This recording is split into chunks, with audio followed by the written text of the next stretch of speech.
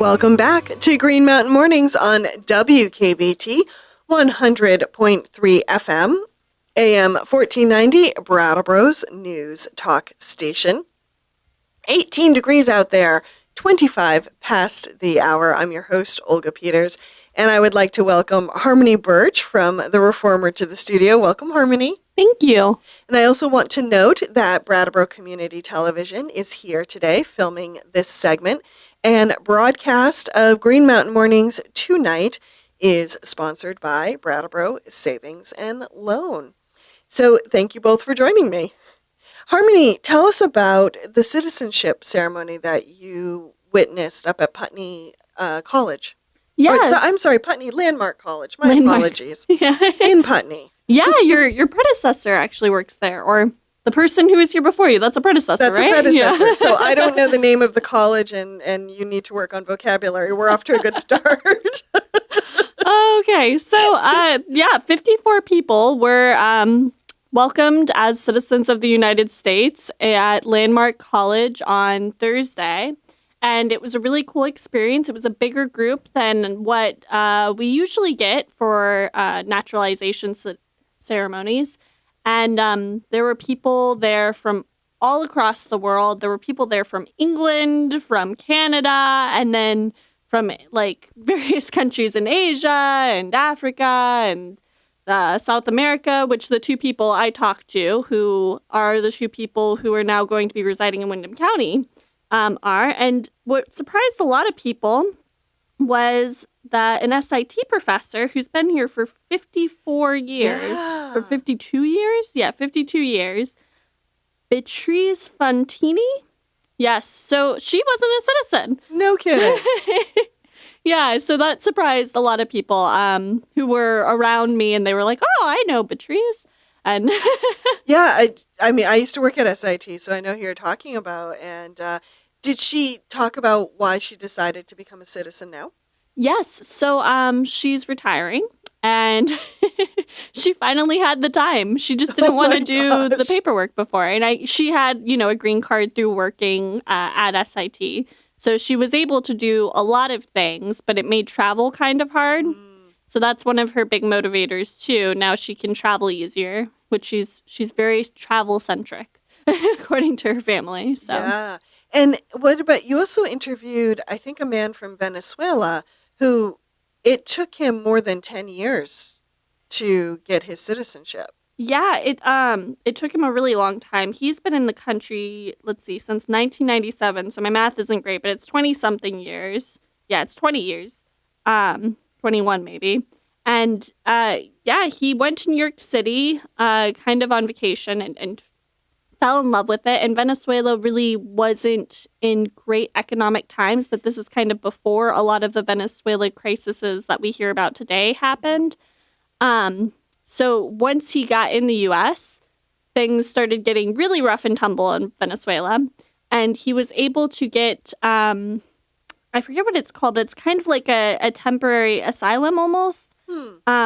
So he was able to get his employer to sponsor him. He found an employer, and they sponsored him, and they allowed him to stay here while he worked towards citizenship. And it took him, like, once he asked for citizenship, it took him, 7 years to get the first process done, and then, another many years to get the second process. It took him 13 years to get, his paperwork, essentially. Mm-hmm. And then, 7 years for them to respond to it. Wow. Yeah. Any reason on why it took that long?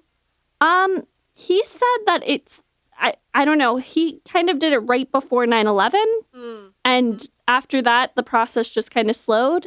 And he also said that, and I looked a lot at, the laws that go into how citizenship works, but I'm not a lawyer. So it's kind of hard for me to understand. But he also said that it might have taken longer because he was getting his citizenship through his employment status. Okay. And I'm not quite sure on the details on that. Yeah, I don't know about that process either. But wow, that's as someone who really hates paperwork, my hat's off to someone who puts that many years into paperwork. But it's also a sober reminder of how this is not a light process. It's not like you can whack this out in a weekend if you No. want to become citizenship, that it is a very long, drawn out process that someone has to be very committed to. Yeah, it's crazy. It's crazy that both these people who are now Windham County residents, it's just crazy that it took them 20 and 50 years to get this done. We're back with Green Mountain Mornings on WKVT 100.3 FM AM 1490, Brattleboro's news talk station. 18 degrees out there and 38 past the hour. I'm your host, Olga Peters. Welcome, Harmony Birch from The Reformer. Thank you. And in the top of the hour, we were talking about a citizenship ceremony up at Landmark College. And I'd like to shift it a little south to Brattleboro and talk about the Youth of the Year at the Boys and Girls Club. So tell me about that. Right. So this is new to me, but every year Boys and Girls Club gets together and they have this big party for these outstanding youths in the community. And this year's Youth of the Year is named, and I might butcher her name a little, it's Deneza Vargas. Mm-hmm. And she is 16, and she goes to BUHS. And she's like a real activist, and she's really cool. All of the Youth of the Year were really cool. So every year they do this party, and they get to drive in a limo to go to the 99 and like eat their hearts out. And then they come back to the party, and there's Bish is there, actually. Peter Case is there, and he MCs, and there's music, and people talk, and they give us all speeches. And Deneza's was really outstanding because she talked about how Boys and Girls Club kind of like helped her come into her own and helped her open up. She was a really shy and quiet kid. And then she found out in 4th grade that her mother had only 1 year left to live. And so she talked about that and how Boys and Girls Club was there for her and how it like gave her friends. And her family was there for her too. But that really helped her, kind of stand up and deal with that.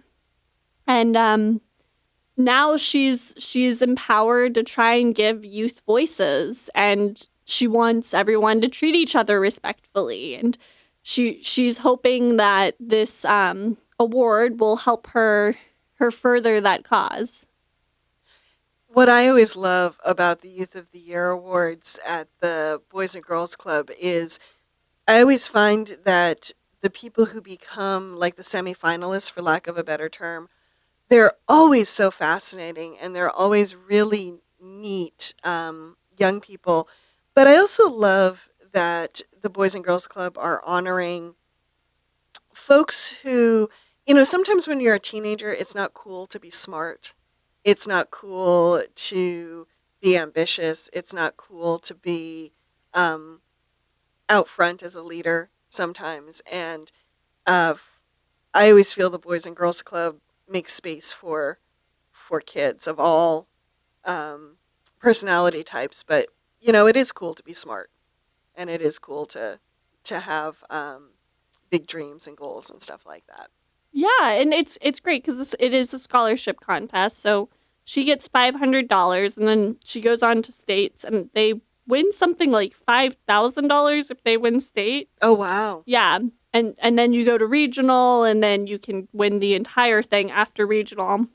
But yeah, it's a lot of work, and you do have to be very studious and hardworking to do it because you have to write 3 essays, I think, and then get a number of recommendations, and then you have to like sit down with the judges and give them a speech about why you deserve this. So it's a lot of hard work and effort, and all of the candidates were exceptionally hardworking. They're all big members of the community, and they do a lot of outreach through Boys and Girls Club, particularly through a club within Boys and Girls Club called the Keystone Club. Mm-hmm. That is within Boys and Girls, right? I believe so. Okay. I think Ricky has talked to me about that before. Yeah, so that's like a community service outreach club. I think that boy you have on your wall there, actually, he's the president. That calendar, yes. I think he is last year's winner, actually. He is, yeah.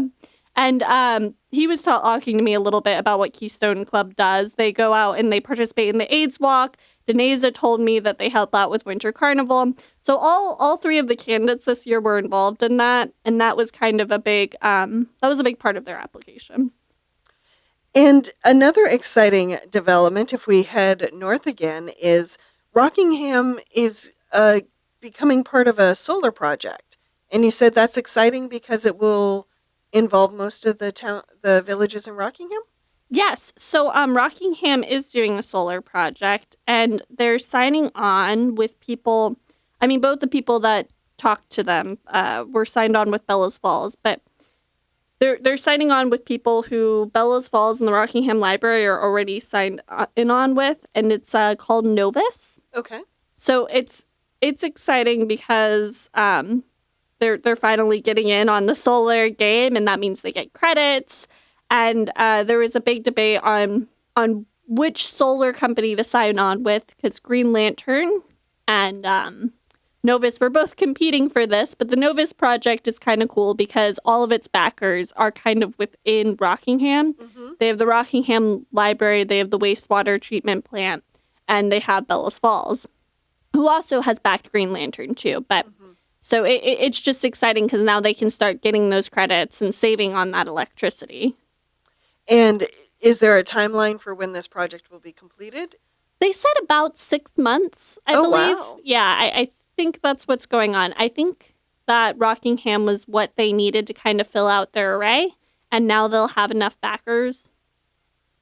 And is the array full up, or can other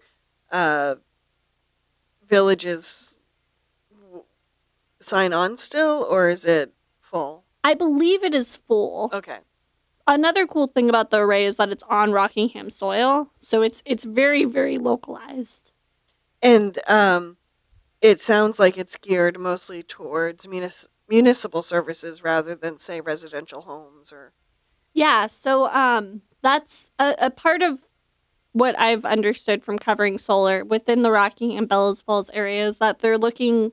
It's a large-scale project, so they're looking for larger services that need more large electricity output, which will be interesting because they've recently signed some new laws that make solar less accessible on large-scale projects in terms of where you can build them. So in the coming months, we might see less of these large-scale solar arrays popping up. Well, fantastic. Thank you, Harmony. And moving on to staying in Rockingham, but I know Randy and I have talked about this from the Commons, but I would love if you'd touch base again on the Rockingham Asylum Project. Tell us a little bit about that. Right. So the Rockingham Asylum Project is really cool. This guy and his partner decided that they were going to start a nonprofit, and they did. And now they're bringing asylum seekers into Rockingham, which is, I mean, Rockingham's pretty north, so not a lot of asylum seekers tend to go there. Mm-hmm.